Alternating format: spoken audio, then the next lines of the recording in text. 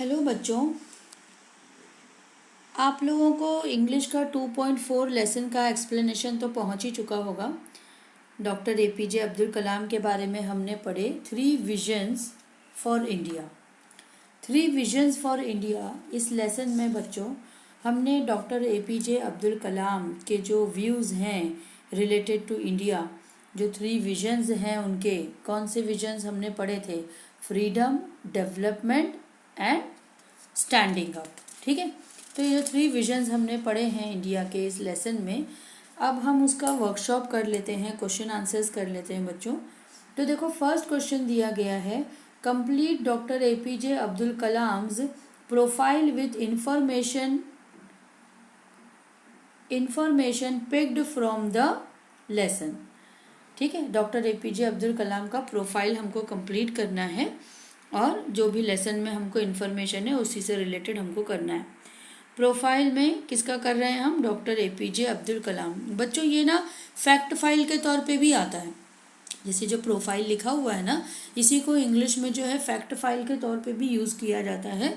तो देखेंगे कैसा करना है। जैसे कि फर्स्ट है टाइटल, तो क्या है टाइटल उनका?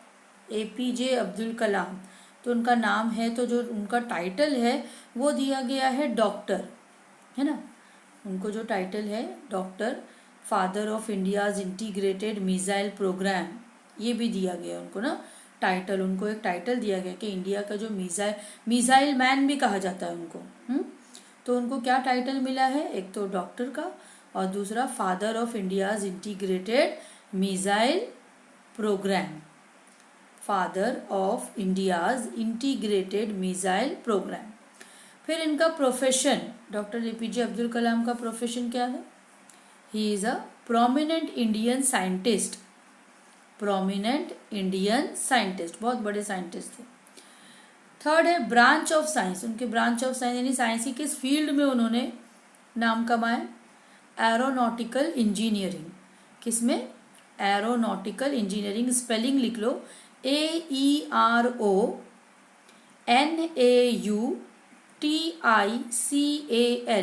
Aeronautical engineering. फोर्थ वन है important position in government held, यानी गवर्नमेंट में उनको क्या इम्पोर्टेंट पोजीशन मिली थी? Yes, he is a president of India, तो वहां पर लिखेंगे president of India. Fifth one है हिज 3 विजन फॉर इंडिया। इस पूरे लेसन में हमने इसी बारे में पढ़े कि 3 विजन्स उनके इंडिया के लिए क्या हैं। First one is freedom, second one is development and third one is standing up to the world. ठीक है, 3 विजन्स फॉर इंडिया क्या है? देखो ये ना वेब डायग्राम के तौर पे भी आ सकता है पेपर में। ये जो 3 विजन्स फॉर इंडिया है ये किस तरीके से आ सकता है? वेब डायग्राम जो आता है ना पेपर में, first question almost web diagram होता है जब पैसेज आता है, तो उसमें जो है वेब डायग्राम के तौर पे भी आ सकता है, जिसमें ऊपर लिखा हुआ रहेगा 3 विजन्स फॉर इंडिया और नीचे 3 बॉक्स बने हुए रहेंगे। तो वो 3 बॉक्स में आप क्या लिखेंगे? फ्रीडम, सेकेंड बॉक्स में डेवलपमेंट एंड थर्ड बॉक्स में standing up to the world. ठीक है, अब इसके बाद का क्वेश्चन है हमारा, यूजिंग अ डिक्शनरी और internet note down the main difference between. अब ये दो चीज़ों के बीच में क्या डिफरेंस है हमको बताना है। फर्स्ट वन दिया गया है अ developing nation and a developed nation.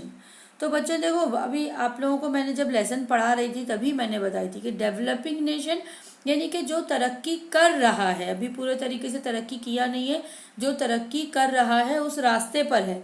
और डेवलप्ड नेशन जो पूरी तरीके से डेवलप्ड है, जो सक्सेस हासिल कर चुका है, जो डेवलप कर चुका है, ठीक है, तरक्की हासिल कर चुका है। तो ये दो फर्क जो है हमको बताना है कि डेवलपिंग नेशन और डेवलप्ड नेशन में क्या फर्क है। तो लिखेंगे in a developing nation, in a developing nation there is a low level of industrialization, there is low level of industrialization, the infant mortality rate is high, the infant, INFANT, the infant mortality, mortality, mortality rate is high. अब ये हो गया developing nation के बारे में. अब developed nation, whereas a developed nation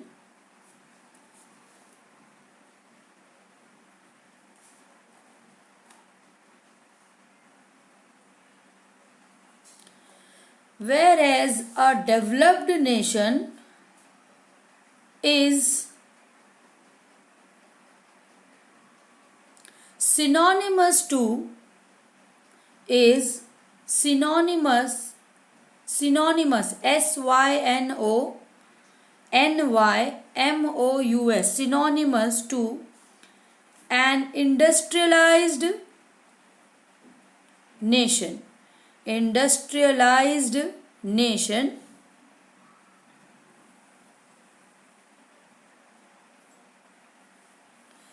here the mortality rate is low. Mortality rate is low. फिर second है self reliant and self assured. ठीक है. Self reliant and self assured. Self reliant यानी खुद अपनी चीज़ों को यूज करना. ठीक है. और अपने आप में जो कॉन्फिडेंस होता है और अपने पावर, अपने जजमेंट पर, और उसी तरीके से सेल्फ एश्योर्ड अपने पावर्स और अपने जजमेंट पर भरोसा रखना. ठीक है. और सेल्फ रिलायंट यानी अपने अंदर कॉन्फिडेंस रखना. ठीक है. तो लिखेंगे self reliant means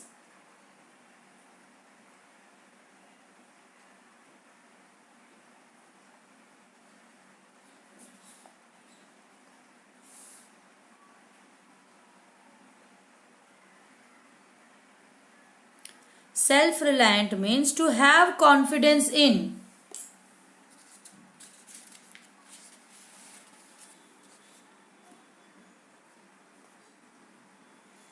Self-reliant means to have confidence in and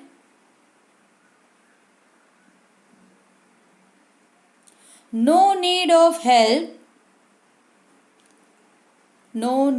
help or support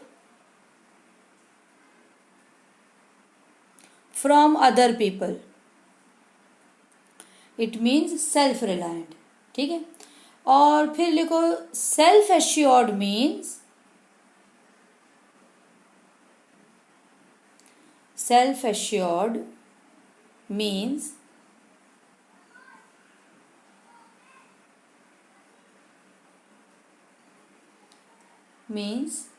exercising one's own powers or judgment.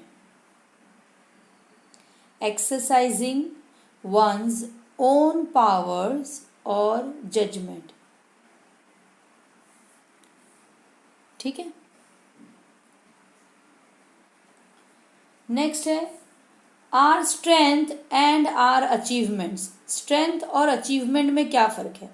Strength यानी हमारी ताकत है ना, और अचीवमेंट यानी अपनी ताकत, अपनी जो महारत, जो स्किल्स है हमारे, उसके ज़रिए जो हमने हासिल किए वो हमारा अचीवमेंट होता है.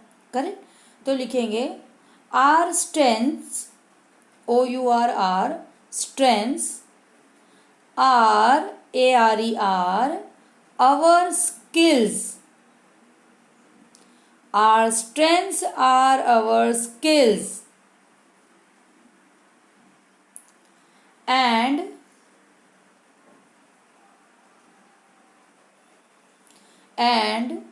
our achievements are the measurable result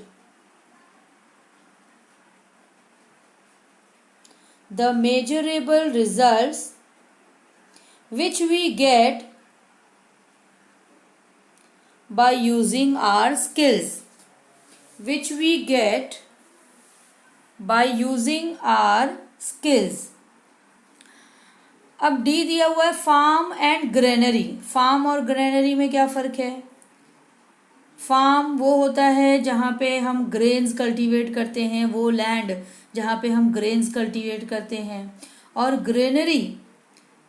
granary जो है वो हमारा स्टोर हाउस होता है जहाँ पे हम ग्रेन्स को, जो हमारा प्रोडक्शन होता है उसको हम स्टोर करते हैं, है ना। जैसे गोदाम जो होता है उसको ग्रेनरी कहा जाता है। तो लिखेंगे farm is the land for the cultivation of grains. Farm is the land for the cultivation of grains, whereas granary is a storehouse. Granary is a storehouse for the grains or production, for the grains or the production. Next है a remote sensing satellite and a natural satellite. अभी देखो ये हमने देखे थे कि natural satellite जो है, जैसा नेचर में ऑलरेडी पहले से जो अराउंड द प्लैनेट जो रिवॉल्व करते हैं सैटेलाइट, जैसे moon is a natural satellite, ठीक है। वो कैलेस्टियल बॉडीज जो स्पेस में अपने ऑर्बिट पर around a larger body move करते हैं,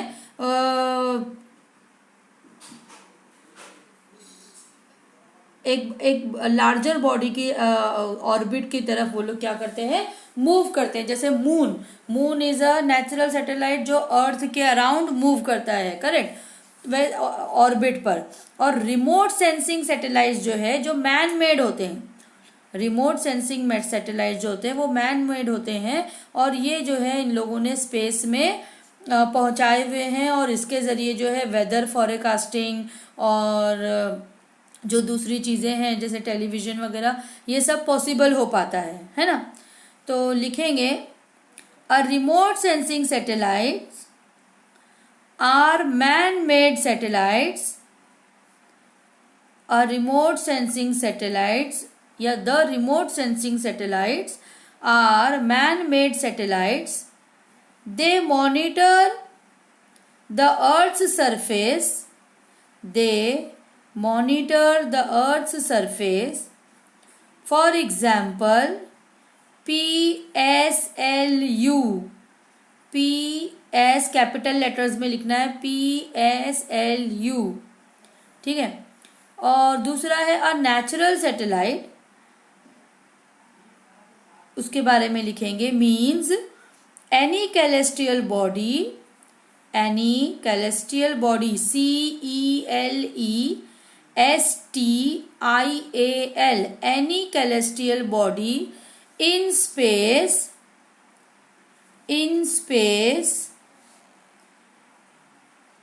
that orbits around a larger body,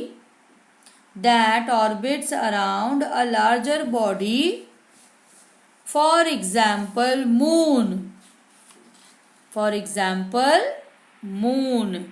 तो ये हो गया हमारा E1 तक, अ remote sensing satellite and a natural satellite, ठीक है। अब थर्ड वन दिया गया है बच्चों, find evidence from the lesson and right in your own words. अब ये सारे एविडेंसेस हमारे पास लेसन में ही दिए गए हैं, हमको इनके आंसर्स लिखना है। Indians respect the freedom of others.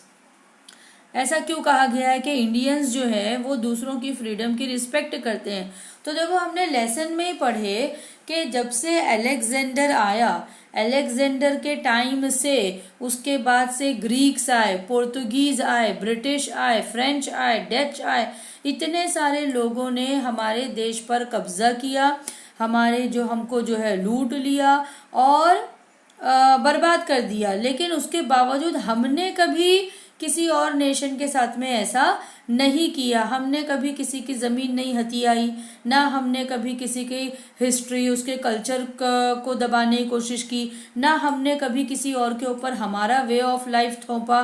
तो इसलिए ये सब हमने क्यों किया?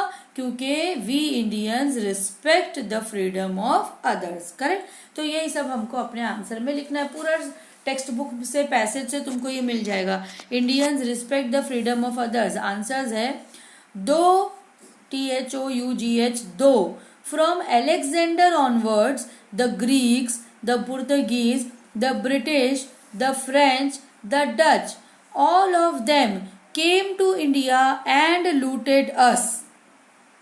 फिर से एक बार रिपीट कर रही हूँ। दो, from Alexander onwards the Greeks, the Portuguese, the British, the French, the Dutch, इन सब के बीच में कॉमा डालना है बच्चों। All of them came to India and looted us. We have never done this to any other nation. We have never done this to any other nation. We have not grabbed their land, their culture and their history, nor tried to force our way of life on them। Our way of life, OURR, हमारा जो way of life है वो हमने किसी पर नहीं थोपा। Not tried to force our way of life to them because we Indians respect the freedom of others। इसलिए ठीक है, प्रूफ हो गया।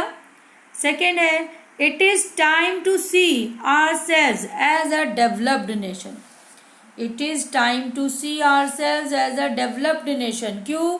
क्योंकि हमारा जो पावर्टी, ये भी देखो टेक्स्ट बुक में पैसेज में ही है, our poverty levels are falling and our achievements are being globally recognised. हमारी अचीवमेंट्स को अभी पूरी दुनिया भर में सराहा जा रहा है, माना जा रहा है। हमारा पावर्टी लेवल कम हो गया है, इसलिए जो है it is time to see ourselves a developed nation. इसलिए अब हमको डेवलपिंग नेशन में अपनी गिनती नहीं करनी चाहिए, हमको जो है डेवलप्ड नेशन में हम अपने आप को देखना चाहिए। करेक्ट। तो आंसर लिखेंगे आर पावर्टी लेवल्स, देखो यहाँ पे फिर our, OURR, our poverty levels are falling and our achievements are being globally recognised. देखो बच्चों यहाँ पे दो दो जगह पे मैं आर ही पढ़ रही हूँ।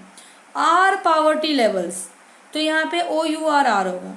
आर फॉलिंग डाउन, तो यहाँ पे ARER आएगा। फिर एंड आर अचीवमेंट्स, तो OURR achievements are being globally recognised, तो ARER being globally recognised today. Therefore it is said that it is time to see ourselves as a developed nation। समझ में? Therefore it is time to see ourselves as a developed nation। फिर third one है, we Indians are obsessed with foreign things, है ना। ये भी हमने पढ़े लेसन में कि हमको हर फॉरेन चीज़ अच्छी लगती है। फॉरेन टी शर्ट अच्छा लगता है, फॉरेन टीवीज अच्छे लगते हैं, फॉरेन के जो इलेक्ट्रॉनिक आइटम्स होते हैं वो अच्छे लगते हैं, फॉरेन कॉस्मेटिक्स अच्छे लगता है, फॉरेन चॉकलेट्स अच्छे लगते हैं। हमको ये सब फॉरेन की चीज़ें जो है अच्छी लगती है, हम उसी के पीछे भागते हैं। तो ये प्रूफ करता है इस बात को कि वी इंडियंस आर ऑब्सेस्ड, हम दीवाने हैं फॉरेन थिंग्स के। करेक्ट। तो यही हम अपने आंसर में लिखेंगे, ये पैसेज में भी है। वी वॉन्ट, लिखो answer, we want foreign TVs, foreign shirts, we want foreign technology,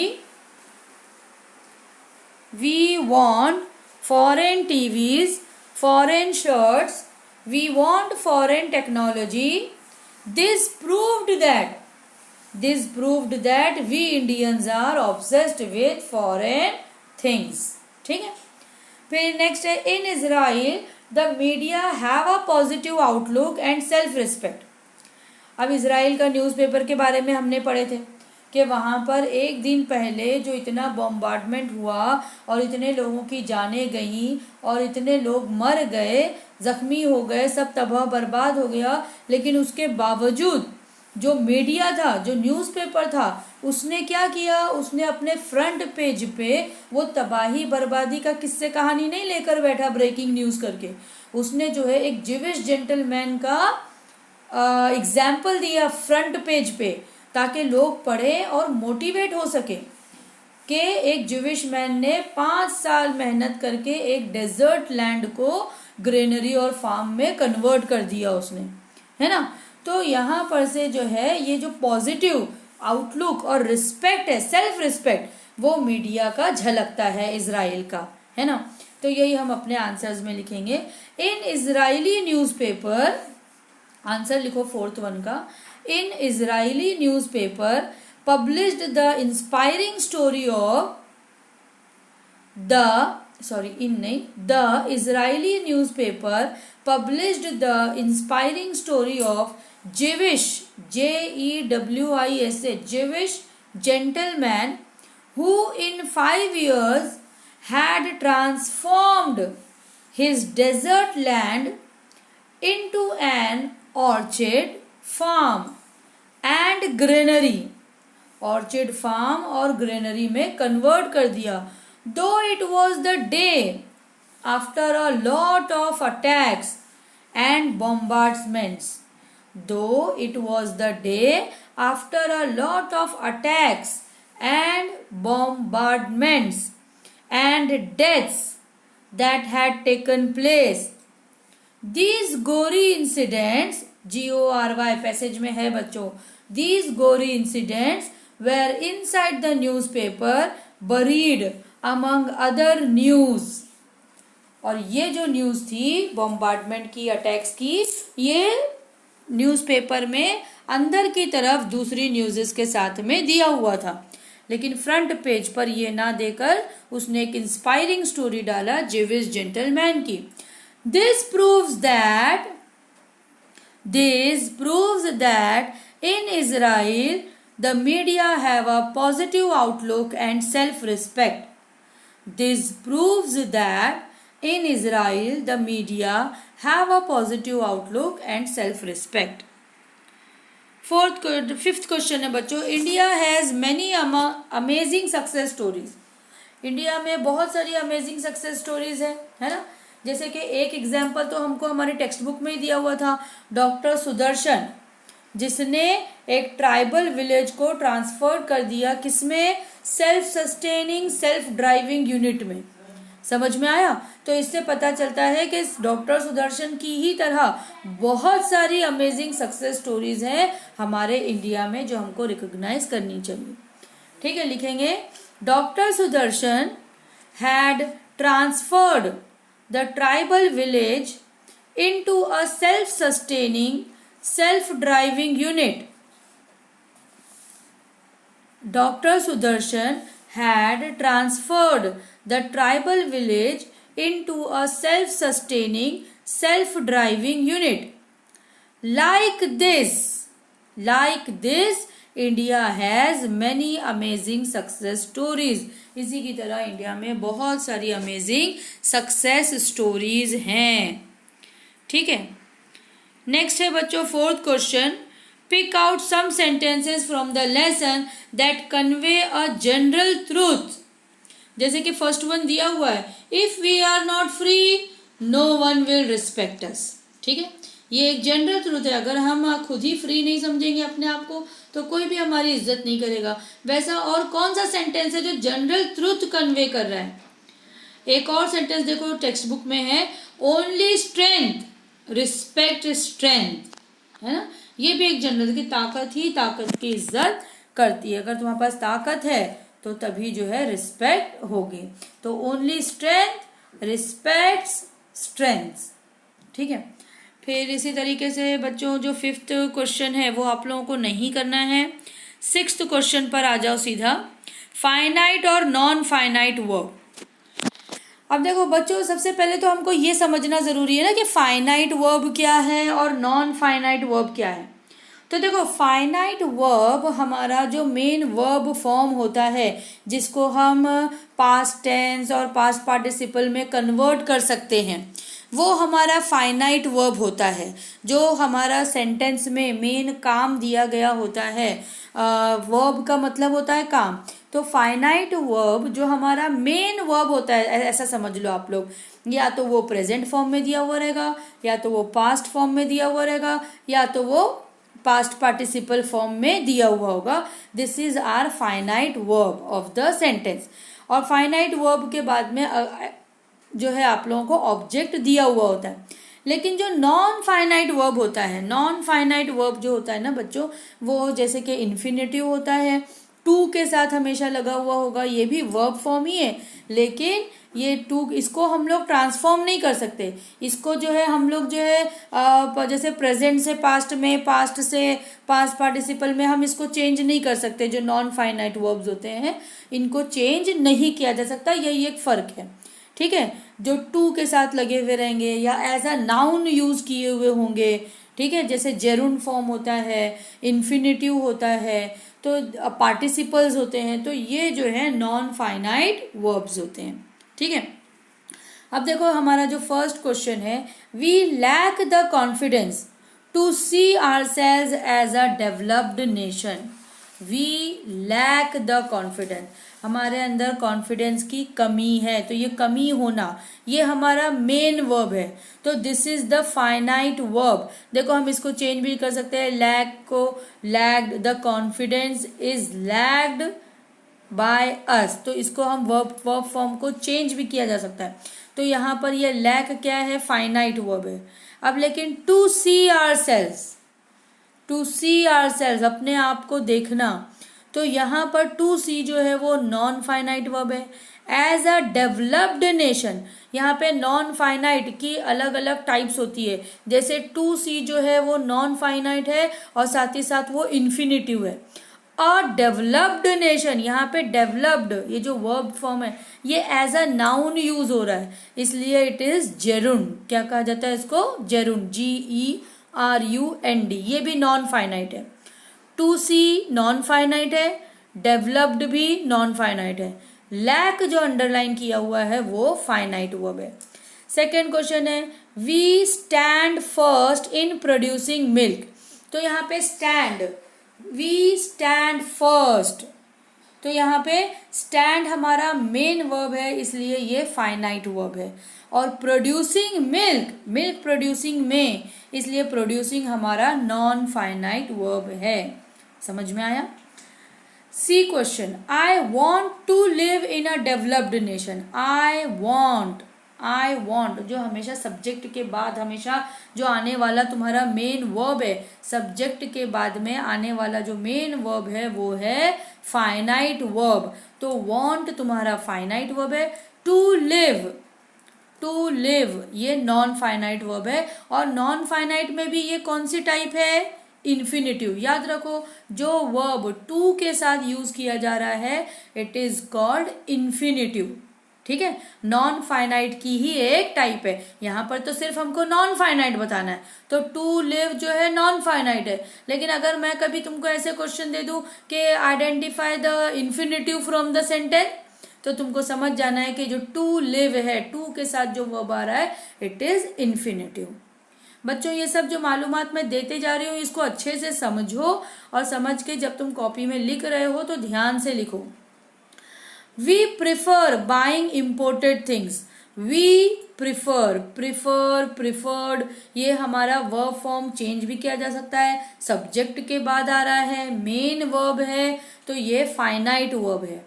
buying imported things, तो यहाँ पे बाइंग ING फॉर्म के साथ है, ये हमारा नॉन फाइनाइट वर्ब है। ठीक है, फिर है Indians never try to force their way of life on others. अब यहाँ पर तो एक ही डैश दिया हुआ है, एक ही डैश दिया है, मतलब कि ये या तो फाइनाइट है या तो ये नॉन फाइनाइट है। अब आप लोग बताओ कि ये क्या हो सकता है, ये फाइनाइट हो सकता है या ये नॉन फाइनाइट हो सकता है।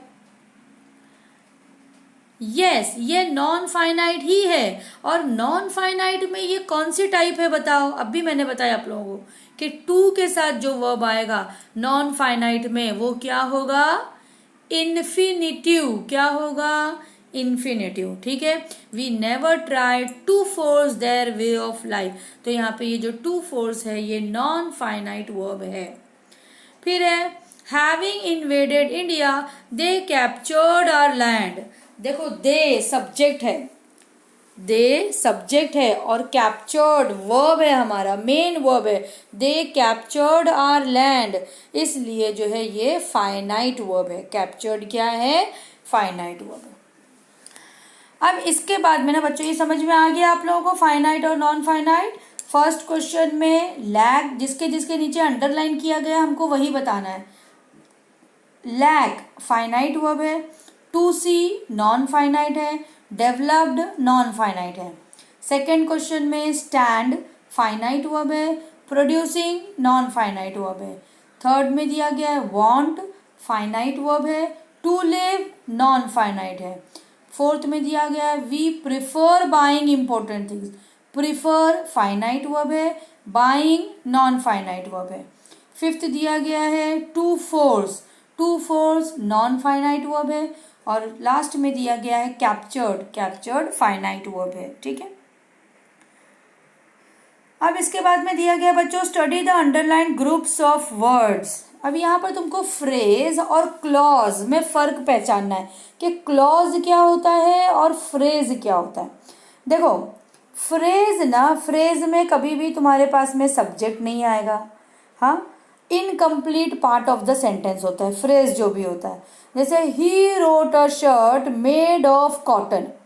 अब यहाँ पे ये पूरा एक ही सेंटेंस है, एक ही स्टेटमेंट है, उस स्टेटमेंट में सिर्फ मेड ऑफ कॉटन दिया गया जो कि incomplete part of the sentence है, करेक्ट। मेड ऑफ कॉटन, इसमें कोई सब्जेक्ट नहीं है, ध्यान दो। मेड ऑफ कॉटन, कॉटन का बना हुआ, तो ये सिर्फ एक फ्रेज है। ये क्या है? एक फ्रेज है। लेकिन सब्जेक्ट, वर्ब और उसके आगे जो पार्ट होता है ये पूरा मिला के एक सेंटेंस बनता है। अब कभी कभार सेंटेंस में ना दो पार्ट हो जाते हैं, यानी दो सेंटेंस मिलाकर एक सेंटेंस बनता है। जैसे सेकंड क्वेश्चन देखो, he wrote a shirt, he wore a shirt which was made of cotton.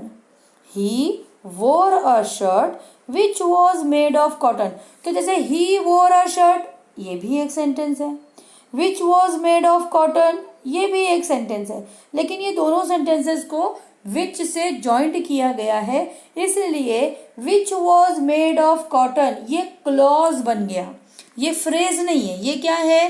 Clause बन गया। और ज्यादातर करके क्लॉजेस बच्चों कंजंक्शन से जुड़े हुए होते हैं। किससे जुड़े हुए होते हैं? कंजंक्शन से जुड़े हुए होते हैं। जैसे कि यहाँ पे he wore a shirt, it is a complete part of the sentence, main clause है ये, और उसके आगे कंजंक्शन से जॉइन किया गया है विच वॉज मेड ऑफ कॉटन, तो ये भी सबऑर्डिनेट क्लॉज है। तो क्लॉज में ना दो सेंटेंसेस होते हैं जिनको जॉइन किया जाता है, दो अलग अलग क्लॉजेस होंगे एक सेंटेंस में। लेकिन जो फ्रेज है, फ्रेज में कोई सब्जेक्ट नहीं होगा, incomplete part of the sentence होगा, करेक्ट। तो यहाँ पर देखो कि किस तरीके से उसने फ्रेज को क्लॉज में कन्वर्ट कर दिया। जैसे ही wore a shirt made of cotton, इसका भी वही मतलब है। और जो दूसरा सेंटेंस है जिसको क्लॉज बना दिया गया फ्रेज को, he wore a shirt which was made of cotton, तो यहाँ पे फ्रेज को क्लॉज बना दिया गया। तो इस तरीके के बच्चों और एग्जाम्पल्स आप लोगों को नीचे दी गई हैं क्लॉज और फ्रेजेस की। लेकिन नेक्स्ट पेज पर आपको कुछ क्वेश्चंस दिए गए हैं। Say whether the underline part of the following sentences are phrases और क्लॉजेस। तुमको सेंटेंस पढ़ के बताना है कि वो फ्रेज है या वो क्लॉज है। देखो ध्यान रखो कि जो फ्रेजेस होंगे वो यूजुअली प्रीपोजिशन से इस तरीके से शुरू होंगे, वर्ब से या प्रीपोजिशन से। लेकिन जो क्लॉजेज होंगे वो ज्यादातर करके सब्जेक्ट से शुरू होंगे या फिर कंजंक्शन से, ठीक है। क्लॉजेज जो होते हैं उसमें सब्जेक्ट से तुम्हारा एक सेंटेंस जो है वो फ्रेम किया हुआ होगा। फर्स्ट दिया हुआ है people from all over the world have invaded us. तो देखो अंडरलाइन किया गया from all over the world. देखो फ्रॉम कंजंक्शन है, सॉरी प्रीपोजिशन है। फ्रॉम क्या है? प्रीपोजिशन है। पूरी दुनिया से, पूरी दुनिया से, ये तुमको सेंटेंस लग रहा है कि मुहावरा लग रहा है? मुहावरा लग रहा है ना, तो ये मुहावरे को ही इंग्लिश में कहा जाता है फ्रेज। समझ में आ रहा है? जो तुम लोग हिंदी में पढ़ते हो ना मुहावरे, तो उसी को इंग्लिश में कहा जाता है फ्रेज। तो from all over the world, ये क्या है? फ्रेज है। Next, I believe that India had its first vision of freedom in 1857। तो इसमें ये जो I believe, मुझे भरोसा है, मैं मानता हूँ या मैं मानती हूँ, I believe, ये कंप्लीट सेंटेंस है। ठीक है, तो ये हमारा क्लॉज है। देखो सब्जेक्ट से शुरू हो रहा है, I believe, मैं मानती हूँ। तो मैं मानती हूँ, ये तो सेंटेंस हुआ ना, तो ये क्या है? क्लॉज है। Third, it is this freedom that we must respect। that we must respect, जो हमें रिस्पेक्ट करना चाहिए। अब आप बताओ कि ये फ्रेज है या फिर ये क्लॉज है? यस, डेफिनेटली ये क्लॉज है, क्योंकि देखो ये कंजंक्शन से स्टार्ट हो रहा है, दैट के बाद में देखो सब्जेक्ट है वी मस्ट रिस्पेक्ट, यहाँ पे एक कंप्लीट सेंटेंस हमारा है, इसलिए ये क्या है? क्लॉज है। फोर्थ वन है we are a great nation. अब देखो अंडरलाइन सिर्फ किसके नीचे किया गया? अ ग्रेट नेशन, एक अजीम मुल्क। ये जो है क्या है? फ्रेज है, मुहावरा है, फ्रेज है, इसलिए अ ग्रेट नेशन क्या है? फ्रेज है। नेक्स्ट है I want to live in a developed nation. In a developed nation, developed India, in a developed India, ये भी क्या है? एक फ्रेज है। नेक्स्ट है we have so many amazing success stories but we refuse to acknowledge them. देखो but conjunction है, उसके आगे एक complete part of the sentence है, we refuse to acknowledge them. We subject है, रिफ्यूज वर्ब है, तो इस तरीके से एक कंप्लीट सेंटेंस फॉर्मेशन दिया गया है, इसलिए ये क्या है? क्लॉज है। क्या है? क्लॉज।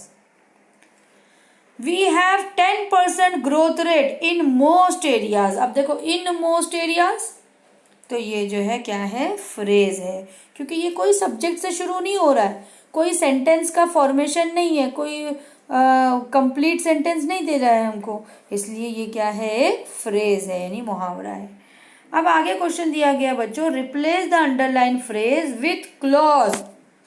यानी कि यहाँ पे फ्रेज दिया हुआ है, पर तुम उसको ऐसा बना के लिखो कि वो क्लॉज बन जाए। ठीक है, do you know his place of birth. Do you no, ये इसका मतलब क्या है कि क्या तुम जानते हो उसकी प्लेस ऑफ बर्थ क्या है?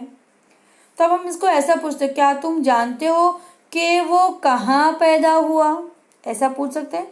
तो do you know where he was born. His place of birth की जगह पर हम लिख सकते हैं वेयर ही वॉज बॉर्न। तो वेयर ही वॉज बॉर्न, ये एक कंप्लीट क्वेश्चन बन गया, इसलिए ये क्या बन गया? Clause. Do you know where he was born, और फिर क्वेश्चन मार्क लगा देंगे। नेक्स्ट है in his absence the thieves looted his house. अब इन हिज एब्सेंस, इसको क्लॉज में कन्वर्ट करना है, तो हम ऐसे बना सकते हैं the thieves looted his house when he was absent. है ना, जब वो एब्सेंट था, जब वो मौजूद नहीं था, तब थीव्स ने जो है उसका घर लूट लिया। The thieves looted his house when he was absent. Next है I am a citizen of India. I am, अब इसको बनाना है तुमको, I am a citizen of India, of India, इसी को क्लॉज बनाना है। I am a citizen who belong to India, है ना, ऐसा बना सकते हैं। I am a citizen who belong to India, या who is born in India. I am a citizen who is born in India. I am a citizen of India का मतलब आई am a citizen who is born in India, या who belong to India. ठीक है बच्चों, यहाँ पर आप लोगों को ये समझ में आ गया होगा। यहाँ पे हमारा लेसन भी कंप्लीट हो जाता है। आप लोगों को अच्छे से लेसन समझ में आ गया होगा। लेसन का पूरा वर्कशॉप भी मैंने करा दी हूँ। देखो जितना भी मैंने करवाई हूँ उतना जो है आप लोगों को अच्छे से पढ़ना है, लिखना है, याद करना है। ठीक है, पूरा करेंगे तो आगे आप ही लोग फ़ायदे में रहेंगे। इंग्लिश का ये इतना पूरा जो है आप लोगों का कंप्लीट रहना चाहिए, याद करके भी। ओके, और ग्रामर भी जिस तरीके से मैंने समझाई हूँ, चाहिए तो बार बार ये वीडियो को प्ले करो, बार बार देखो और समझो कि टीचर ने क्या बताया, कैसे बताया, और समझ के करो, ठीक है। और उसकी प्रैक्टिस करो, ग्रामर की भी जितना भी मैंने बताई हूँ। ओके, चलो, अल्लाह हाफिज़, बाय।